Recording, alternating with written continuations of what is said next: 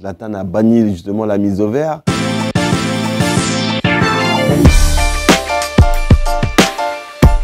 Voilà, j'ai pu rencontrer Leonardo, on a pu échanger, il a pu justement m'expliquer un peu comment ça allait se passer dans les années à venir. Et après, voilà, j'ai cru en son projet et c'est pour ça que je me suis engagé au Paris Saint-Germain. C'était un projet cohérent, c'était un projet justement sur le long terme plus que cohérent. Voilà, il avait pour ambition de faire venir des grands joueurs, il avait pour ambition justement de gagner la Ligue des Champions, de s'affirmer à l'échelle internationale et de construire un grand club. J'étais excité justement par le projet, j'étais excité par le fait que le Paris Saint-Germain voulait être ambitieux et voulait être justement un grand nom à l'échelle mondiale. Donc pour moi, je voulais vraiment faire partie de ce projet-là. Et j'étais satisfait. On était quand même à 2-3 tons en dessous. Et voilà, si on parle de la Juventus, de Liverpool, c'est des clubs mythiques. Dans le Paris Saint-Germain, il venait d'arriver. Voilà, il fallait justement s'affirmer. Il fallait gagner. Et après, à partir de là, voilà, comme je l'ai dit auparavant, le Paris Saint-Germain, au-delà d'être un grand club actuellement, une grande marque à l'échelle internationale. Donc le fait de voir le Paris Saint-Germain à cette place-là, je ne suis pas du tout surpris. Ouais, un rôle de leader, un joueur d'expérience, un joueur qui pouvait apporter sa pierre à l'édifice, un joueur aussi qui pouvait faire le lien entre justement les Français et les étrangers, parce que voilà, je parlais plusieurs langues. Ouais, c'est vrai qu'il y avait énormément d'Italiens à ce moment-là, donc le fait que je parle italien, donc j'avais tendance justement à leur expliquer justement les exercices ou voilà, les aider dans leur quotidien en France. Donc pour moi, c'était une bonne chose et franchement, voilà, le fait de parler plusieurs langues, c'est important justement pour pouvoir aider tes futurs coéquipiers. Que ce soit Sirigu ou d'autres, je pense que je les ai tous aidés plus ou moins. En tout cas, j'espère que j'ai pu les aider. Mais encore une fois, voilà, on avait un bon groupe, un groupe de potes. Et encore aujourd'hui, avec certains, on a de bons liens, donc c'est bien.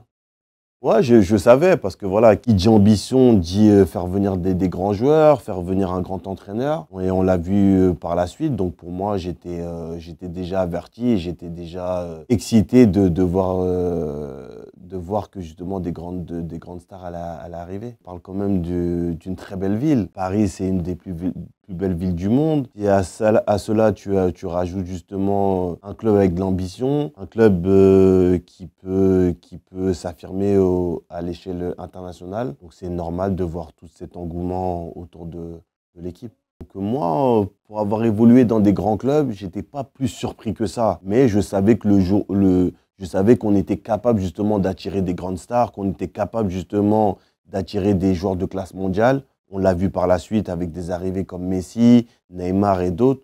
Donc pour moi, on était dans la normalité de ce que le Paris Saint-Germain voulait aller.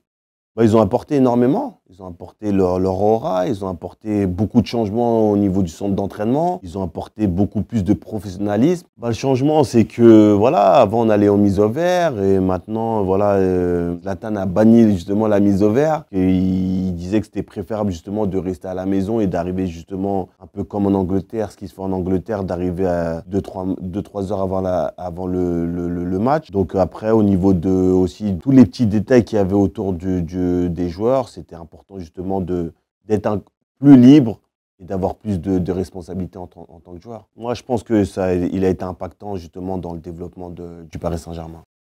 Très bonne collaboration. Pour moi, c'est un grand entraîneur qui sait manager son équipe, qui sait tenir un vestiaire avec des grandes stars. Pour moi, notre collaboration s'est très bien passée. Elle a été courte, mais je garde que de très bons souvenirs. La petite anecdote, c'est qu'à un moment, je n'étais pas très bien. Il m'a dit, bon, Momo, je ne veux pas te voir au centre d'entraînement pendant une semaine. Va à Dubaï, va profiter avec ta famille et reviens quand tu es bien. Donc pour moi, c'est des petits détails-là qui font que justement, ces entraîneurs-là te marquent. Et Carlo Ancelotti, il m'a marqué.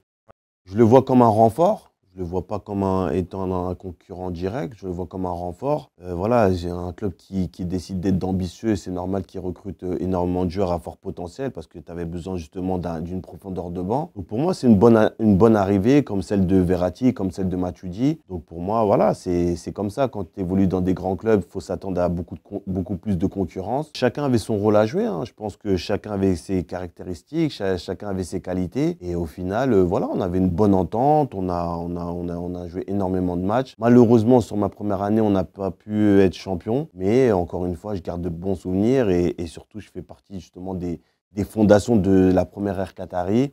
Et pour moi, voilà, je suis très satisfait et très content.